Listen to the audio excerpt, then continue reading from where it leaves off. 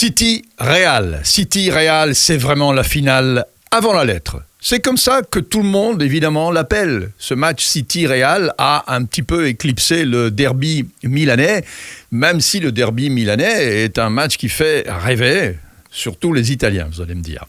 Bon, City-Real, qui est favori ?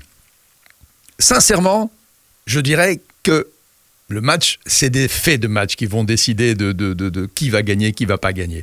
Alors si aujourd'hui c'est 50-50, on peut se mettre dans la tête, par exemple, des joueurs du City. Ils doivent se dire quoi, les joueurs de City ? D'abord, abonnez-vous à la chaîne, lâchez le pouce bleu et la clochette pour être notifié si vous nous regardez sur YouTube, si vous nous regardez sur d'autres réseaux. Tranquille. Donc je dis, que pense un joueur de City aujourd'hui qui a joué le match l'année passée contre le Real ? Il se dit, on n'aurait jamais dû perdre l'année passée. On s'est vraiment fait avoir comme des gamins.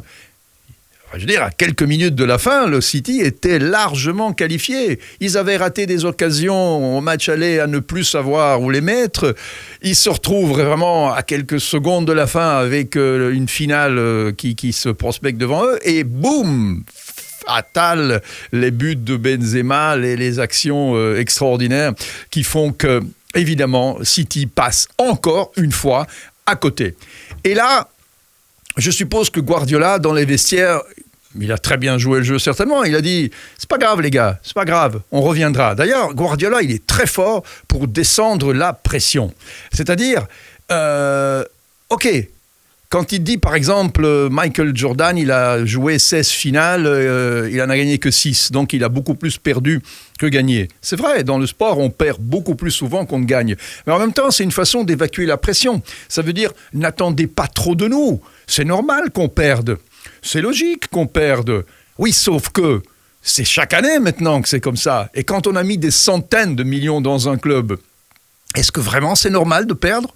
Est-ce que c'est vraiment normal de passer à côté chaque fois alors que toutes les cartes étaient en règle, tout était comme il faut, les bons joueurs, le bon entraîneur, le bon système de jeu, tout était là. Le meilleur jeu, tout est là. Mais on a perdu. Mais, oui, c'est comme ça, c'est le sport, on ne peut pas chaque fois gagner. Sauf que là, City, à mon avis, cette fois-ci, Guardiola, il est en train d'évacuer la pression en se disant, c'est pas grave, on va y arriver. Mais j'ai la sensation que si cette année-ci, il passe encore à côté, ce sera peut-être vraiment le début de quelque chose qu'on peut considérer un échec. Alors que le Real, avec toutes les coupes qu'ils ont, parce que n'oublions pas, le Real, ils ont 14 coupes et City 0.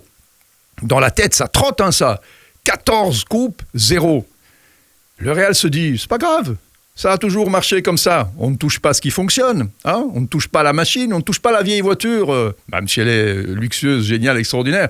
Ça roule, on va encore passer. D'ailleurs, Ancelotti, on n'a jamais dit qu'on joue d'une façon ancelottiane. On parle de la classe, on parle du jeu de Guardiola, on parle du jeu de Klopp, on parle du jeu de certains entraîneurs comme s'il y avait une école. On n'a jamais parlé du jeu, du modèle de jeu de Carlo Ancelotti. Pourquoi ? Parce que lui, il s'adapte quelque part. C'est pas qu'il a une espèce de religion. Il a une façon de s'adapter, de ne pas avoir des credos. Il n'y a rien qui est supérieur à un système de jeu. C'est bon aujourd'hui, c'est peut-être pas le meilleur demain. Et fondamentalement, son Real s'est adapté à des situations inextricables avec des joueurs incroyables. Vous allez me dire, sans Courtois, le gardien belge, il y a des tas de ballons qui seraient rentrés. C'est vrai, il a fait des miracles, Courtois. Mais c'est pas pour rien non plus que le Real a acheté Courtois. Alors, s'il y a une faiblesse dans le Real, c'est peut-être derrière. Parce que Camavinga sur le flanc gauche, sur le côté gauche, alors que fondamentalement il n'a pas été formé à être à ce poste, pour l'instant il y joue, ça donne peut-être pas une certitude à 100%. Je pense que Militao aussi a reçu 2 cartons jaunes, donc ça c'est pas bon. Au milieu, il n'y a rien à dire, Modric, Kroos, Valverde. Devant, n'en parlons pas, Vinicius, Benzema et Rodrigo, c'est la classe. Donc il y a peut-être une faiblesse, malgré tout, derrière. Je me trompe peut-être, mais j'ai la sensation que s'il y a quelque chose à faire, c'est plutôt en attaquant et en pressant sur cette zone qui est peut-être pas la plus performante du Real de Madrid. Alors que, du côté de City, c'est là où il y a le tueur Haaland, qui est capable aujourd'hui de faire des gestes incroyables. Alors certains lui reprochent de ne pas être un joueur de foot et d'être un goleador, quelqu'un qui met les buts et c'est tout. Il ne sait pas combiner. Quand même, on a vu dernièrement qu'il s'est combiné un petit peu aussi. Hein. Il joue pivot, il reçoit la balle, il sait la remettre de la tête, il sait décaler des joueurs, donc il sait lui maintenant donner la profondeur à un De Bruyne. Alors que normalement, on imagine évidemment que c'est plutôt De Bruyne qui donnerait la profondeur à Haaland, mais ils sont capables maintenant de faire les choses dans un sens et dans l'autre, ce qui rend City encore plus dangereux. Alors City, les points faibles, moi j'en vois pas beaucoup. Hein. Devant, c'est pas du tout faible. Haaland, Grealish, au milieu c'est Rodri, Gundogan. Derrière, même le keeper, Ederson, c'est quand même aussi un crack. Donc j'ai la sensation que City est sur le papier. Mais vous allez me dire, le foot, ça ne se joue pas sur le papier, ça se joue sur le gazon, hein, heureusement. Mais sur le papier, j'ai la sensation que City est un tout petit peu, un cran au-dessus dans tous les départements du jeu. Derrière, au milieu, devant. Et j'ai l'impression aussi que City a quelque part maintenant presque... Je dirais que le destin du foot...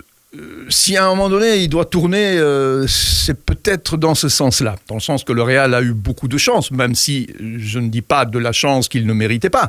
Mais bon, souvenez-vous quand même l'année passée, pour y arriver, ils ont quand même franchi des obstacles dans des situations totalement incroyables. Et ils ont réussi des choses totalement imprévisibles alors qu'on leur donnait 5% de chance à quelques minutes de la fin des matchs contre... le PSG contre City, voilà, c'est comme ça. Le foot, c'est ça aussi, hein, c'est cette capacité de passer les tempêtes alors que tout le monde vous donne pour mort. Eh bien, non, vous n'êtes pas mort, et puis c'est vous qui levez le trophée au ciel. Bon, donc j'ai fait un petit peu le tour. City, Real, je dirais que non pas que je sois pour City, mes frères, mes sœurs, mes cousins, mes cousines, non. Mais s'il y a à un moment donné un changement dans l'histoire, 14 trophées d'un côté, 0 de l'autre, est-ce que City va inscrire son nom dans le palmarès très court des équipes qui ont gagné la Champions League? Parce que je vous l'ai déjà dit, mais au XXIe siècle, à part Chelsea qui l'a gagné, toutes les autres équipes qui ont gagné la Champions League l'avaient déjà gagné avant. Donc c'est un club très restreint. Très, très, très restreint. On n'y rentre pas par hasard. Je dirais donc que c'est peut-être la chance maintenant, le moment ou jamais pour Guardiola de remporter une Champions League avec un autre club que Barcelone. Et même s'il dit que perdre c'est normal, j'ai vraiment la sensation cette fois-ci que ça passera pas. Enfin, qu'il ne le supporterait pas. Et donc peut-être que City va passer. Mes frères, mes sœurs, mes cousins, mes cousines, j'ai vraiment été très content. Les commentaires, j'adore, vous les laissez. Moi, j'y réponds quand je peux. Et quand il y en a énormément, évidemment, c'est plus compliqué. À très vite pour une autre vidéo.